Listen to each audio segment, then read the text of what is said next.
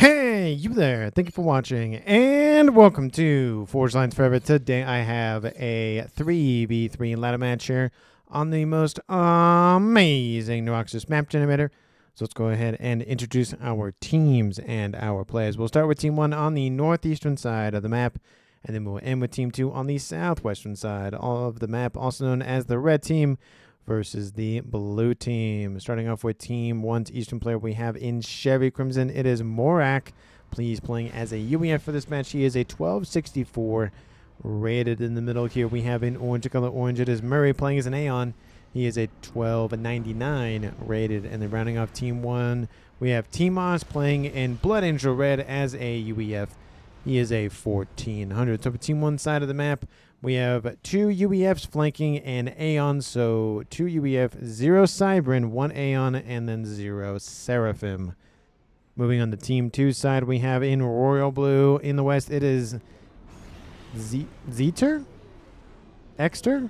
Something like that. He is a Seraphim. He is a 1051 rated. In the middle here, we have also as a Seraphim, it is Tefnut. He is in Amethyst Purple as a 1085 rated. And then rounding off Team 2, we have in Stitch Blue, it is a UEF of Lucied. He is a 1729 rated. He is the highest rated player on Team 2 and in the game overall. So for Team 2 side, we have 2 Seraphim here to the west and then 1 UEF, which means they have 0 Cybrin and 0 Aeon. But again, they make up for it by having a little bit more Seraphim and a UEF, which means there are no Cybrin players in this game. Apologies to those spiky space socialists. Hope you enjoy the game nonetheless. And again, for the 6 players on the map, let's take a look at their reclaim situation before they scoop it all up. Currently sitting at 10,000 mass in reclaim, which makes it 1.6k mass per player. I mean, it's definitely worth writing home about. It's very spread out around the map, though. There's not really a big clumpage. I think the biggest thing I see is a 200 or so. So nothing too bad in terms of the size, but nothing you know super big where players have to go to the middle of the map or wherever to get that sort of reclaim. And in terms of extra mexes on the map, there's a little bit of a drought in the middle of the map in terms of mexes. There's a couple, but not a whole lot.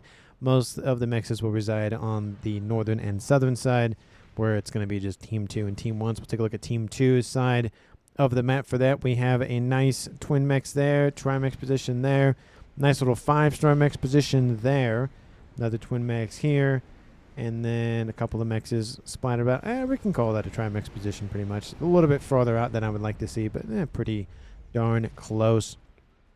And in terms of comm distributions, I fully expected to see 1v1 here, 1v1 here, and 1v1 here, just because those are the main avenues on the map. The middle of the map is going to be a little bit tight in terms of movements, and especially even if you get units coming in this way or coming in this way or whatever, it's going to be definitely a choke point. So players probably will at least build defenses here and here as an example, and then maybe even further back and just get, as example, Team 2's units to come in and just be in a kill box for the entire time. So we'll see what players actually form their front line, but for now, it's going to be more about controlling the access points and then fanning out from there. We already see a little bit of some preliminary lines here for Morak in the east. We have the speed upgrade done for Murray on his comm, going for range and gun damage and range started for TMoS on that UEF comm to the north.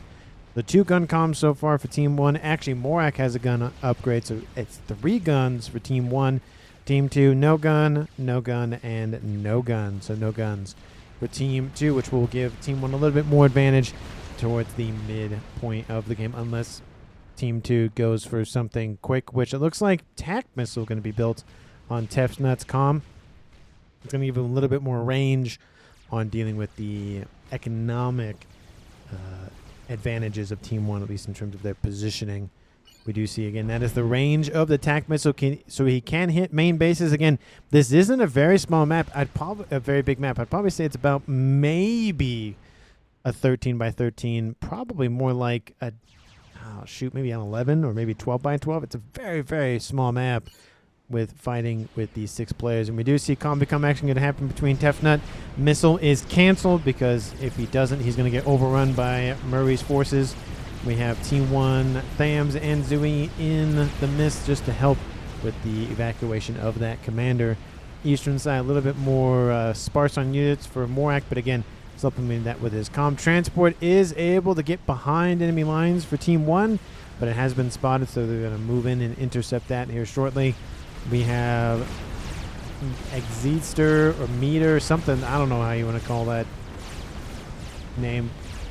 Xeter, maybe if it's an X is more like a C, because Chimera is a player that I've casted a few times and his name starts with an X. So anyway, he's going for gun, I'd imagine. Yep, gun is done.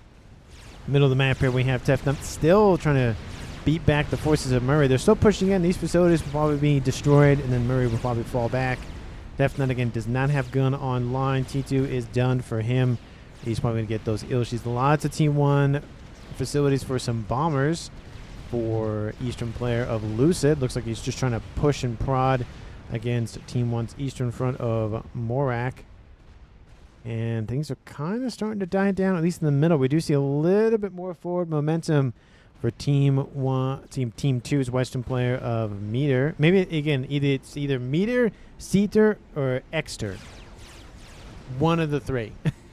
I don't know which, but it's one of those, I'd imagine, because it makes me think of Meter, because I say Meter a decent amount, I think.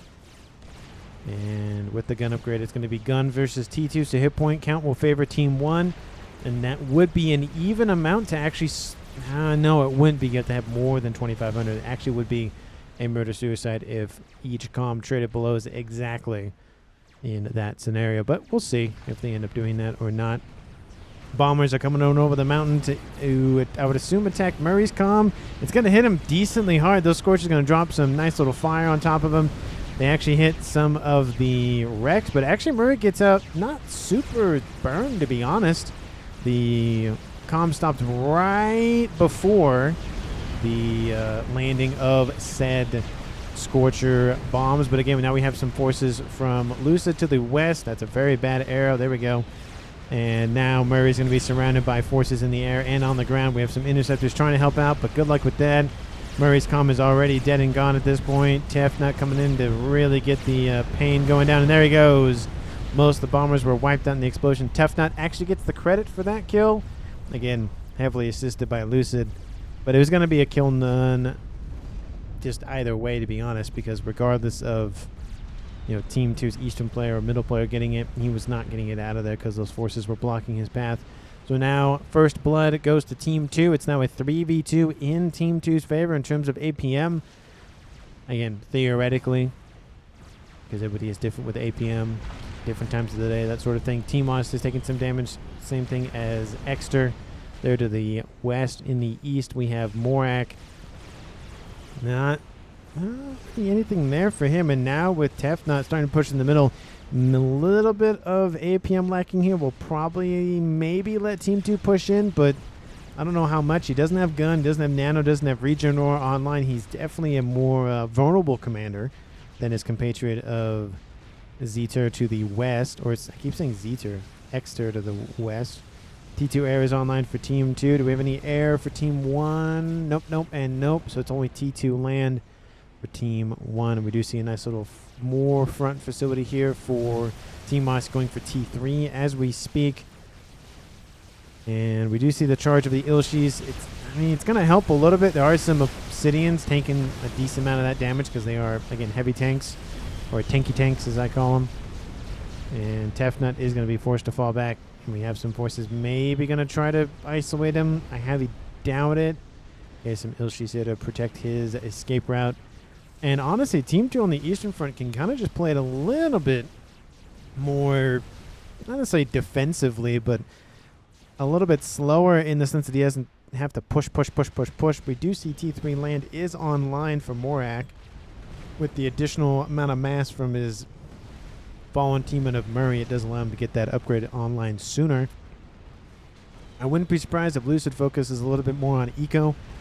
Maybe try to rival that of Morak. Again, it's double base versus single base, so He's going to be a little bit behind in engineering and just the everything else, but we'll see if he ends up catching up. We do see T2 starting here for Xeter to the west. And forces starting to gather here. All those obsidians starting to stack up, create a nice little formation front line. Now we see a Percy skipping the Titan phase of the UEF forces. Looks like he's going to be a little bit more powerful. But again, it's not as useful when you have a lot of T1 and somewhat T2 spam.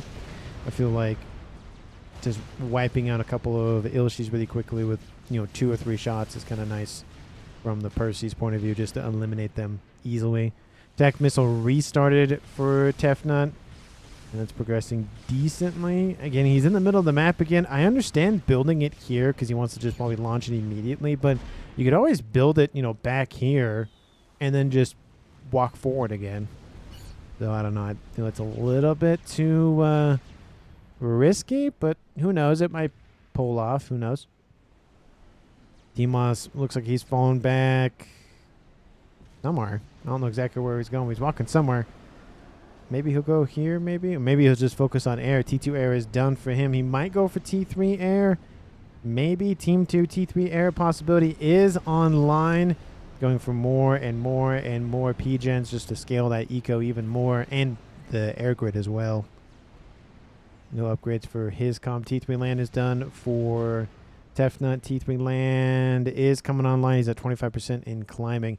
The game is starting to die down in terms of all of the action because players focus on upgrades and, at least in some cases, building some of those T3 units. We do see Lucied is starting to catch up in the eco here versus Morak. And Team 2 overall is leading about 100 mass a second. And that is a big number, at least in this case, because that's 50% more mass for Team 2 than it is for Team 1. So 100% mass per second at 50 minutes might not be a big thing, but this early in the game having that lead, and we do see it's actually starting to be caught up to by Team 1, is a big thing to have because, again, more units, more structures, more eco, more units, more structures, just kind of a feedback loop. We do see nice little use of the environment, getting just a couple of units over that nice little mountain range there. Unfortunately, he landed them where some T2 PD were already existing and did not account for that, and those forces got blapped away pretty quickly. I love the attempt, though, just not the great landing zone that he probably wanted it to be. Missile was inbound. We do see TMD is already online for Team 1, and it looks like it's actually striking the frontline facilities, either to just clear the way or even just deal with production capabilities. We do see a group of units inbound here from Morak on the eastern flank, and we see one T3 gunship. We have a Cougar. Is that the only Cougar? We have a couple of other T2 units, nice little skyboxer. So there's some AA in the mix. Not a terrible amount, but it's something. And it looks like the AA units were the target, allowing the gunship to get even closer. There's a couple of T2s also mixed in there. More T2 PD being built. This facility to the east probably not going to last much longer. He's probably waiting for at least one more gunship to come off the assembly line, I would imagine, just to help expedite the destruction of those pillars. But this is going to actually hurt Team 2's lead in eco. Again, that's 9 mass a second per T2 mech single ringed. So that's 36 between the 4 of them over here. And no AA in here means those pillars are getting hit decently hard. We have another broadsword inbound. The Percys will eliminate this base entirely. We do see some Team 1 PD trying to help, but it's not really big. But they did kill off one Percy. That's better than nothing. And missiles starting to, looks like, proliferate the front line. All those facilities are gone. Looks like some Yenzin came to say hi, and that got denied almost immediately. Counter missiles online for Team 1. And no TMD in the area, which means that mech is gone. Team 2's lead has all but evaporated. And it looks like another gunship is inbound to help assist. Look again, they're probably targeting the AA units. They probably could wipe out both the Cougars first and then go after the flak, probably. I think the third one might be more than enough to deal with that. We have some bombers that might help out, maybe. Again, it's one of those things where it's, do you risk the bombers and maybe not get anything of value out of them? Transport gets shot down. Bombers are inbound. The units aren't moving yet. They might get maybe couple of bombs off, maybe. Scorch that little skyboxer a little bit. Interceptors are inbound to act as nice little cannon fodder. They're targeting the flak first. I mean, I think you could have targeted the Cougars first, but that's just my opinion on that. And now those Perseus don't have AA coverage, so they're going to be wiped out here pretty quickly. But, you know, it's still 4 mexes down. It does hurt the eco. Team 1 is actually falling behind a little bit. I think that's power related, I imagine, given TMoS is only at 31 mass a second. That seemed a little low for him, especially at this stage where he's not really taking that much damage from the missiles from Team 2. And we see T2 Air also online here for Tefnut. We have T3 Land now online for Lucied. He's probably going to have to play a little bit bigger role on the land situation, because now we have Team 1's Morak just teching up his maybe air facilities soon. I mean, he's going for T3 Pigeon right here. You might as well build a couple of facilities off of that. T3 Air is almost done for Team 1's TMoS, so a little bit behind in air. Nothing too bad, because Team 2 really isn't stacking up ASFs. They're going for gunships, so there is time for Team 1 to catch up in that regard. Western side, there's units kind of just on patrol over there to the west. Team 2 is starting to run away with it a little bit in terms of eco. Now we have Morak losing the power reservations, or reserves, not reservations, but reserves. So Team 2 is able to exploit that a little bit, just because obviously they don't know about it entirely. But, you know, they are starting to get ahead in the total mass recruit as well. Air grid expansion as well for Lucied, getting now dual ringing his mexes just to get even more mass out of him. So really trying to expedite that growth in eco. We still have Morak at about 200 or so mass per second, so he's still leading the game overall in terms of individual player, but there's only so much one player can do. We have a little bit of some pushing in from Tefnut, just trying to claim some sort of avenue. Again, the only problem I see here is, again, they're still in the kill box, so unless they can get out of that and push in, I don't know if they're going to be really happy to stay in said kill box. We do see some artilleries in this mix as well. The Authams are going to slowly push in, or as I have been told, they look like slippers, which, again, after looking at them, they definitely look like slippers. So a little interesting nickname for them. And a little bit of some fire basing going down for Extractor over here to the west. I have to think about his name every single time. A couple of T2 artillery emplacements, slowly poking at the defenses there. Now, Authams are actually just going to charge in. I mean, in terms of numbers, I mean, Team 1 is designed for more defensive, purposes, just delaying. We have a couple of Perseus here. That's going to help out a little bit, but numbers still favor Team 2. They're trying to stay underneath the shielding. Definitely a smart play there. Most of the Perseus... Oh, one gets out of there, maybe. The shield is still getting hit, and they're going to go more westward, going up to AA emplacements. We have the artillery actually bombarding this position still, so at least at a bare minimum, more stuff for Team 1 and Team 2's eyes will be eliminated. But a couple set of mexes are dead. They don't actually finish them off. Again, I think the artillery is what they're kind of betting on for finishing off that set of mexes. We do see they are charging in here to the west. T3 Land is online, of course. Team 1 PD going to probably shoo away those remaining slippers and force maybe a regrouping of these forces. Might as well pull them back, stage another regrouping effort and rebuilding, and then pushing again. Again, 4-3 Authams. Drops that down to 1. Drops that down to 2. I think that's going to be it there for the attack on the ground for now. We do see maybe some poking in. Maybe a lot of Team 1 spam. So again, if Team 1 has some Titans, which they do, can easily counter that. Nothing really too worried there. For Team 1, we do see, again, air expansion going very, very well for Team 2. And Team 1, how are we doing on air? Nothing terrible. Nothing great, but again, Team 2 is starting to get ahead of them in air production capabilities, which we've easily seen that be a win for that team. But it can be a loss as well. Tons of Team 1 bombers, though, spamming out of those Team 1 air facilities. He's building some ASFs, but where's his gunships at? I know he was building them. He has a couple of them still stacked up. Team 1 going for a FAF point now for Morak on that eastern front. A little bit of experimental action. Chickens. Do I hear any chickens buck-bucking anywhere for Team 2? Nope. We have We have Aeon Tech. Do we have any GC? Nope. No GCs yet sighted for Team 1. I mean, I guess Lucied could go for Fat Boy, but he's not doing that as of yet.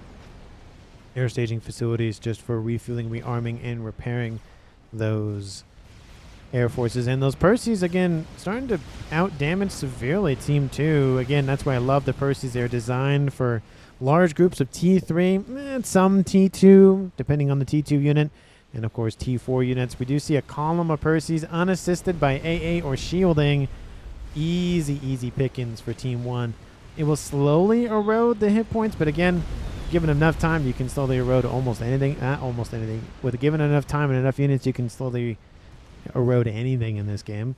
As I say, 1,000 of anything kill anything. It's just kind of the way it is. And in terms of, again, comms, we've had 1 death so far at 30 minutes on the clock, so we're about halfway through the game. Team 1 is at 2 players left. Team 2 is at 3. And in terms of map control, Team 2 does have the advantage, so theoretically they'd have the mass advantage, which they do. They've accrued 100,000 more mass than Team 1 overall. And in terms of reclaim, a little bit better for Team 1, but again, those numbers, it's not by a whole lot. I will note this is starting to be a little bit deadlier for Team 1, as again the Perseus and the Fat Boy are moving in. And we do see maybe an attempt to scoop up that Continental. It's just the Autumns are just not doing well in this engagement. Do they have better range than their opponents? Range is 0 to 34. And then that is not the Autumn. Give me an Autumn, thank you. Is 0 to 28. So yeah, a little bit better range for Team 1. They just need to get within range to do damage, which they are now doing so. Perseus, again, trying to deal with the shielding units, which they grab, it looks like one of them. We have gunships. Oh, here come the rolling of the gunships for Team 2. Again, an opportunity to maybe go after that Fat Boy, which it looks like they're going to take it. And ASF's coming in to protect those gunships. We do see a couple of ASFs for Team 1 coming in. We have AA being built underneath shielding. Gunships are starting to be whittled down. And that Fat Boy trundled out and got destroyed. Get that gunship out of there. We do see, again, about, I say, half of them or so got annihilated. But again, they kill off an experimental. It is on Team 1's side of the map, to be fair. But again, it's dead.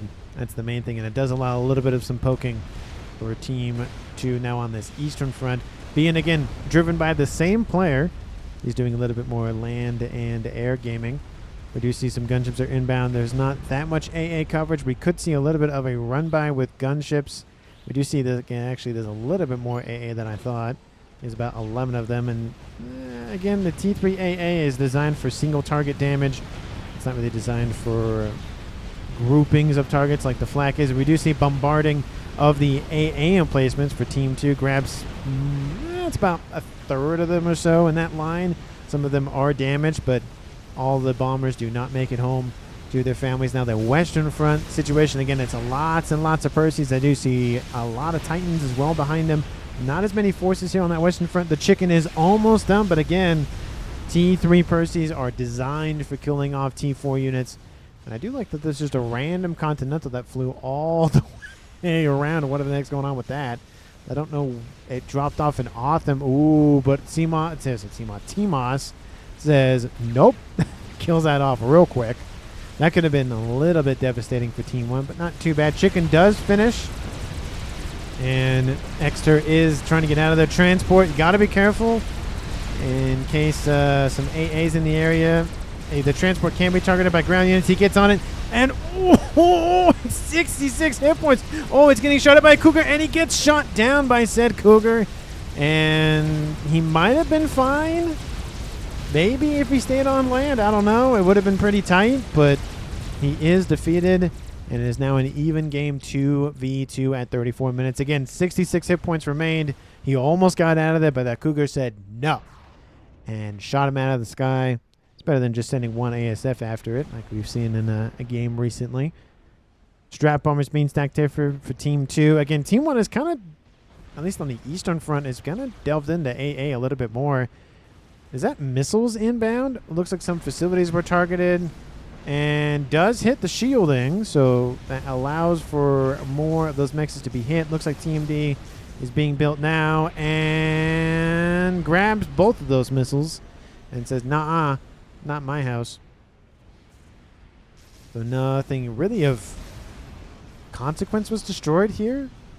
And that could have even been Control K, and it looks like it actually was Control K, to be honest.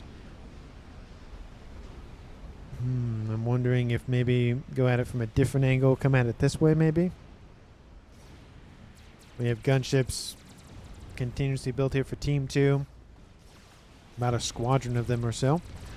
And again, I'm worried Team 1 is already kind of hunkered down in terms of air, and air is kind of easy to counter. You build some shielding and some AA, and that's it. You really don't have to do a whole lot. Granted, there's other things with air than just, gunships and bombers, but because like there's satellites and, well, technically air to ground and kind of a mixture of that. And of course the donut and bug and that sort of thing. But that's, the principle still remains. It's either a gunship or it's a bomber or it's the Tsar unique unit, which is just a big giant flying donut with a laser in the middle.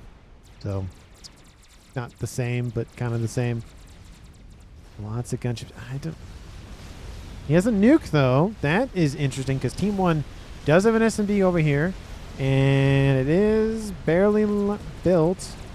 We have an SMD over here, and an SMD over there. That one's almost loaded, to be honest. I think the best option is maybe just strike the economic situation in the middle and just starve Team 1 of more eco. Chicken being chased by some Percies. Looks like the Percies are distracted by some Team 1 AA and scouts. The chicken honestly didn't need to fall back. It could have actually eliminated most of the Percies, but I think it's more worried about the GC, which again, definitely a concern there. But it is one of those things where now the sniper bots are kind of just existing. They get one shot by those Percies.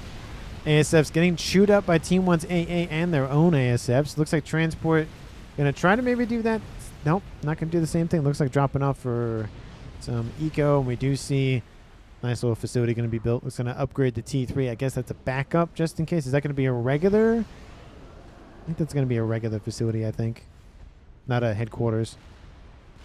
And it looks like Team 2 had the exact same idea, but that's going to get denied here real quick. We have gunships inbound. It's a lot of gunships, and I think Team 1 just saw it momentarily.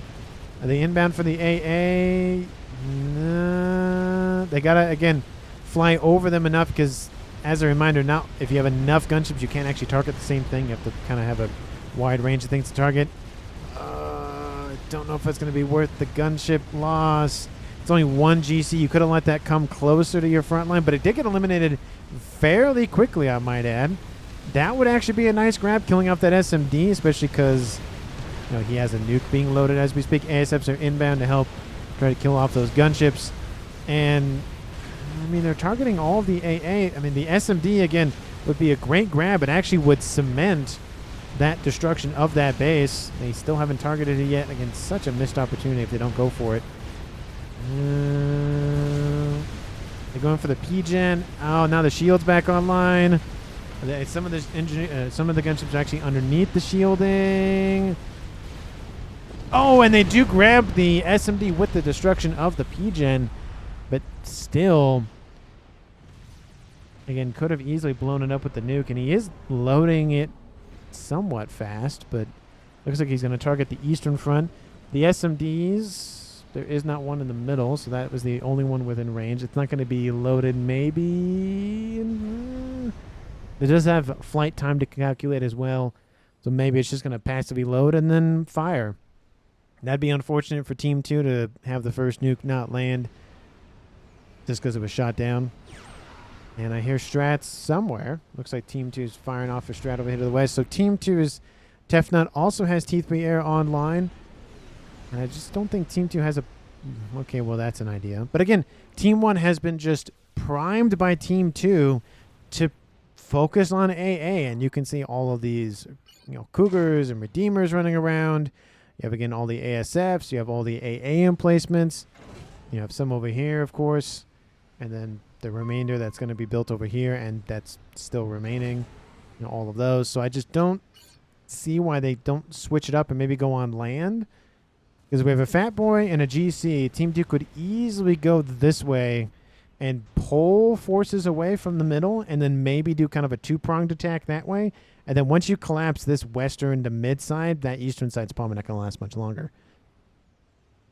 But Team 1 could go for a counter move. They could go for their own nuke. Team 2 does not have an SMD anywhere. Oh, they have one. They have one SMD. So this base to the east is vulnerable. It does barely cover that nuke, but you could easily... I don't think that's enough damage to blow it up with the volatile. I think you'd need two of them. But that nuke is about to be loaded.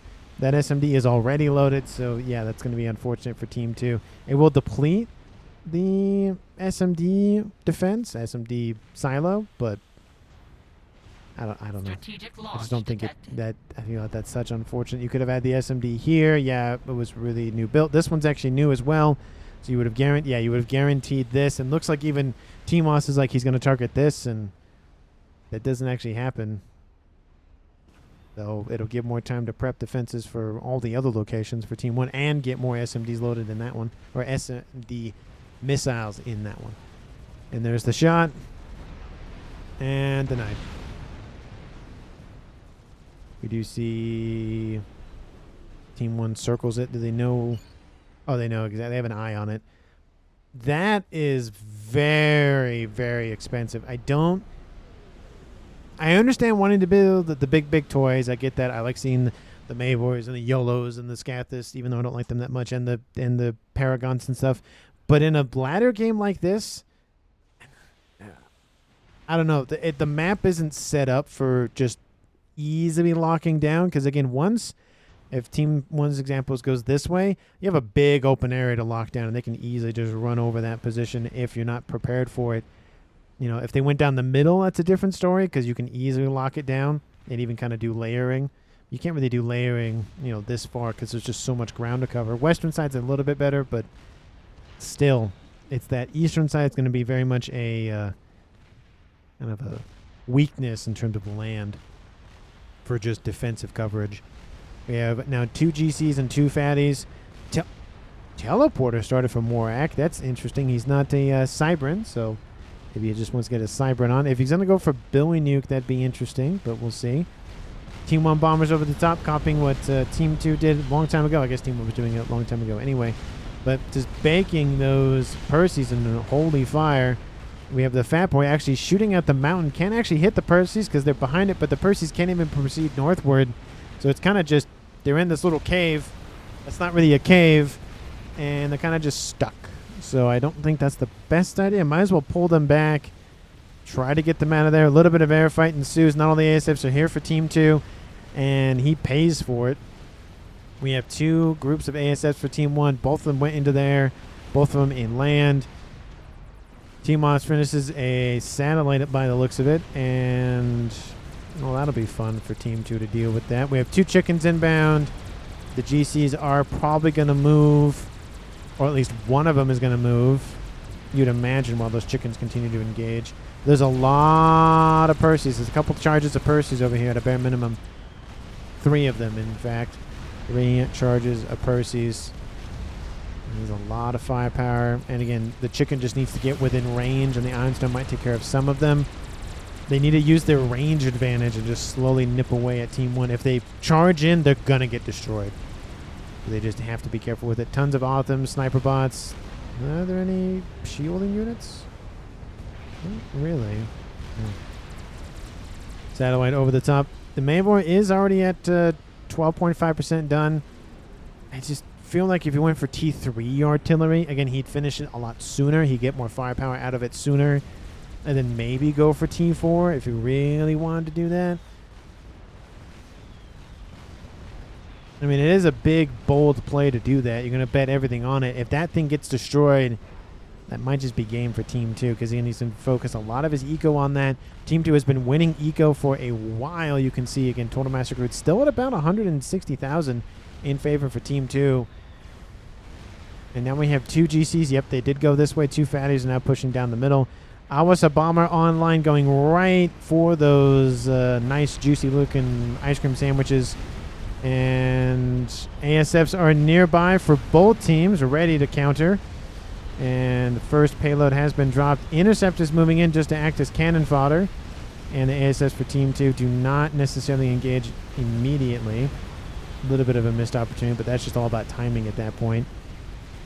Oh, it helped a little bit. It did help a little bit, kind of even the odds. Now we have ASFs inbound from Tefnut to assist a little bit. It might just be a wiping. And they pulled them back in the range of a little bit of AA. Now they wander into AA range. Second satellite online, going for... Nope, no thirds yet. And Fat Boys still remain. Now we have chickens being hit by another set of Fat Boys trying to hide behind the mountain there. Lots of reclaim on the map now because of all the everything that's been destroyed. Even that western side's not looking good for Team 2. There's some Janus, which are dealing with the invasion of those little Selens. Actually, those are Mech Marines, apologies. They don't have Selens. They have Mech Marines and... Oh, shoot. Not Hunters. Those are Cybrans. Oh, what are they called? What are the Aeon ones called? Oh, it's going to take me a second to remember what they're called. Oh, I can just look up their facility if there's an Aeon one still online. But I'm being distracted anyways while I look this up. Again, they're aware of the everything back here from Team 2. Spirits, that's what they're called. I was like, I know it's something to do with ghosts or something, but not the same game. Ghost, obviously, from Halo. I guess there is a spirit in Halo as well, but that's a transport. Mavor is 25% in climbing. I mean, he needs more shielding. He is working on it. Lost a mech with a couple of mass fabs around it. Very vulnerable on the eastern front, though. Losing eco, you can see Team 2 actually drops from 1.1 to 950. Still in the lead, but all those Januses are inbound. They're getting chewed up by ASFs and AA before they even get close to those fatties. It looks like they actually are targeting the AA nearby, and I mean, maybe that was worth it, but none of them die. Actually, scratch that. A couple of them die, but I don't know if it was really worth the Januses. Could have kept them back, maybe. One random Team 1 bomber killing off some random engineers and mass storages over there, denying actually a chunk of eco for himself. We have strat bombers. Looks like they got pinged by Team 1. And satellites, again, slowly chipping away at Team 2's. Lucied, again, Mavor is approaching 50%, but I think it's kind of slowing down a little bit. The nuke is loaded, and SMDs are loaded all over the place. Billy Nuke is going to come online here for Morak. It's definitely going to be an interesting play, to say the least. It might work, it might not work, but again, Team 2 does not have TMD nearby. They don't have PD nearby. Again, no Cybrans. You kind of maybe forget about teleporters for every other faction in this game. The bomber kind of just sitting there for Team 2, and I don't blame them because there's either a bunch of AA here and a lot of targets that can be hit, but you're going to die when you fly over it. It'd be really nice to get that bomber in and behind going after the air grid, but now we have the 4th satellite online for Team 1. And he's still going for Billy Nuke. It's going to take him a minute to finish the construction of it. But that eastern side looking pretty good for Team 1. There's 3 chickens. They're going to try to do, again, a sneak attack on land. It might work, but Team 1, I think, is aware of it by now. Yep, they're aware of it, and they are inbound. That's why I like these icons, because you know exactly what those experimentals are. They're a little bit bigger, so you can see them easier. We have strats inbound for those GCs. Looks like some Perseus and some bombs cleared up, some Othams, and all those other... Oh, I guess the A units moved over here. AA units moved over there. 3rd satellite now over the top of Team 2. Mavor is closing in on 50%. I don't know. I feel like that's just really, really bold. We have, again, Mexes being assassinated, draining Team 2's eco. That's not good because they need more mass to finish it. And honestly, that might be a winning move by Team 1 if the Mavor doesn't finish. If it does finish, depends on how long it is. The longer it is, the worse it is. Again, Team 2 probably going to target the comms, I'd imagine. They know where both of them are for Team 2. Team 2, you have some idea of where they are, but they're not exactly in that same position. But they were roughly in that situation. Bomber does get destroyed by the ASFs and the AA from Team 1. Airfight goes, I think, in Team 1's favor, even if they lose all the ASFs, at least from one player. They have the other players, and they have all the AA to protect the land forces. Yeah, that may we're slowing down incredibly. That's not looking good for Team 2. But again, there are chickens on the prowl. And again, this base could have been blown up by a nuke. Just want to point that out. Nuke is inbound, speaking of which, and it is led a little bit. Again, it's a small map, so the nuke travels pretty quick, but the land forces, percentage-wise, travel pretty quick in terms of percentage of the map per second. And chickens need to keep moving. There's an SMD there that could have been destroyed. And it's going to land. Nice! Kaboom! Kills off both GCs, which does alleviate some pressure, but again, there's still all those Percies there. They're kind of a, GC or two just themselves. Fatties did not keep falling back, and one of them's going to pay for it. The other one is going to most definitely pay for it. So nice counterattack by Team 2. Straight for that. They need to go yep, there it is. Straight for those Novaxes. We have tons of T1 PD prepped.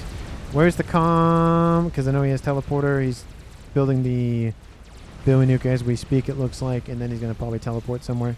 Mabor, how are we looking? It still isn't over 50%. Team 2 has now lost the lead, I think pretty much for the first time in the game in terms of eco. Oh, you could have maybe... it is at 5-star vets. Ravagers are being spammed up. SMD, look at that, pointing out the SMD. It's too late. The thing's dead. Should have kept walking it in. He's falling back to get off the SMD. It's going to be close. He's going to be close with it. Oh, it's going to be close. It's almost destroyed as well. It would have lined up the shot for that nuke, which is loaded, ready to go. That would have been a big, big win if both the SMDs were eliminated. That nuke would have came and wiped out that entire column or section of Novaxes, taking a lot of pressure off of Team 2. Nuke is inbound. He's going to take the win. Where's he going? Oh, it's not destroyed. That's unfortunate. Yeah, he's circling that. Go after that. I mean, that nuke defense pretty much has that entire base protected. That's unfortunate. Satellite's carving up the eco on the front lines for Team 2. He's really losing mass. Team 2 at 300 mass a second. I mean, he's doing both. You got to just suspend that. I mean, at that point, I don't think it's going to finish anytime soon, to be honest. It would have changed the game, at least in a decent way, had the nuke been able to land, but I mean, Team 2 has already lost a lot of eco at this point. I don't think they're losing power. No, they don't have plenty of power. It's just they literally don't have the mexes. A lot of them are knocked offline. They're not being rebuilt. That's not helping anything as well. Look at all these mexes. Just multitudes of mexes knocked offline. Those satellites have done an immense job. 51,000, 5,000. At least that's probably the newest one. That's a newer one, 11,000. We have Ravagers being spammed up, forcing the Percies to go south. And now we have AA being taken care of. Though, again, Team 2 could have taken care of the land forces here. Maybe given them enough time to maybe rebuild some of their eco, but 54 minutes on the clock, and I think Team 1 might have this. And magically, if the Mabor gets finished, maybe not, but doing both definitely not going to help anything, because all that mass being funneled into one could be funneled into the other. There's not a lot of mass per second that's being drained, but 3 mass, 24 mass, it adds up. And looks like the rebuilding of that Novax is happening. We have, of course, reclaiming going down from those chickens. The nuke probably would have wiped out maybe that wreck if it was further to the west. If it was further eastward, probably not. I would have probably landed it right here. It would have clipped most of the air grid. All of the Novaxes maybe been lucky and clipped off the comm, maybe, but that's more about doing maximum damage to the base rather than just trying to go for a kill. I mean, you could go for a kill, but I don't think it's that necessary at that point, because you wipe out another base for Team 1, way down to 1, 2 to 1. Yeah, it's just one of those things. But look at all the mechs being destroyed. I mean, no mass for Team 2 at this point. You don't have enough mass to fund the project. He's going to keep going for it, but it's going to take him more and more time. It's only at 55%. I just don't see him winning that bout. And Teleporter Billy Nuke does exist, and it is ready to go. Morak isn't deploying it just yet. And at this point, I think Team 1 can sit back, relax, build as many Novaxes as they want. We have another one inbound. That's number 6. Oh, yeah. That's... Nope. Once you hit like 5 or 6, then it starts to become a very big... 4 depending on shielding and assisting. But 5 to 6, yeah, definitely a concern. You could easily just wipe that out. Most definitely. You can see they're kind of just fanning through the targets. We have a shielding trying to be built for Tefnut. Looks like he might get that one online. You can see all the shielding is being essentially denied. Look at how fast it's draining that shield emplacement. This is at +2 to be fair, though, but still. Yeah, mexes are still offline. Team 2 is at a lot less. They're less than a quarter of what they were, about almost a fifth or so of what they once were. 5, 6. We have 2 over here. We have because why not build an artillery? Just spend the mass at that point. No sense in going for land units. Just go for satellites and artillery and call it a day. Mavor's not even going to cross into the green, I don't think, at this point. Yeah, it's just kind of a foregone conclusion at this point. It is unfortunate, but again, it does happen. You go for the big play. The big play doesn't pan out. It happens. Number 6 is done for TMoS. And shielding is starting to chip away everything. You could just target the comms at this point. I don't see why they wouldn't. And there goes the PGen starting to cause that cascade a little bit. It's going to take, 1 or 2 good cascades to be more than enough. It looks like a train of shielding inbound. And with number 5 and number 6 here, number 7 should be inbound. Well, and 7 and 8 are just sitting there, to be honest. There's only 6 of them over here. Yeah, it's just not looking good for Team 1 at all. I mean, it is a lovely attempt, like I said, to go for the Mavor, but I don't know. It's just not really great. I mean, it can be done. You can withstand this amount of firepower, but you don't have the mass. You don't have the engineers. You don't have a whole lot of anything. I mean, we're getting some assistance from Tefnut from all the shielding, which is lovely to see, but the shielding's about to collapse. Is he going to use that Billy Nuke or not? No? He's just going to hang out with it. Cool. Lucied. Oh! Shield pops on at the last second, but like I said, good luck keeping the lights on. Yeah, it's just not looking good for Team 2 at all, to be honest. There was a good portion of the game that they were in the lead, and now Lucied's being hit by the satellites. Oh, just target the nuke. Just blow it up next to him. That'll help. Nope, doesn't blow it up. No, it does hit him a little bit. And is that going to be a kill on Lucied? Yep, there it is. A lot of engineers die. And then Tefnut's like, nope, I'm done. See you. Bye. And Team 1 scores victory over Team 2. And again, Team 2 used air. Team 1 countered with AA, and then Team 2 said, well, okay, I'll go for artillery. At least Lucied did. And Team 1's like, okay, we'll just build satellites. And the satellites won that fight. And because they killed off all the mass. Now, if all the mass still existed for Lucied, then maybe that'd be a different story. Maybe.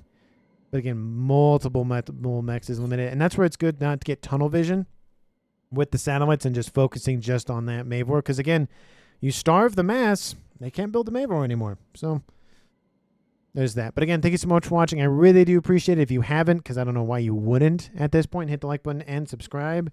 And I will see all of you in the next one.